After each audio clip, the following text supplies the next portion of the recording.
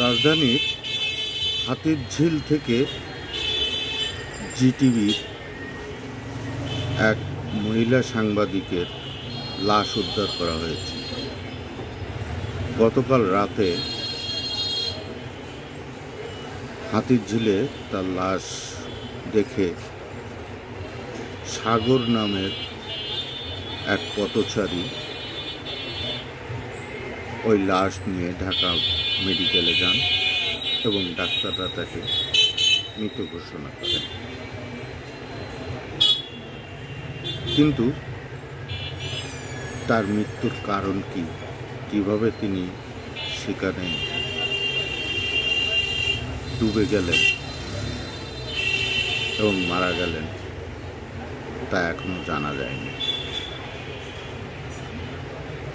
Police বলছে তদন্ত করে দেখা হচ্ছে। ওই সাংবাদিকের নাম রাহানুন মা সাহারা, বয়স 32 বছরের মতো। ঘটনাটি খুবই মর্মান্তিক।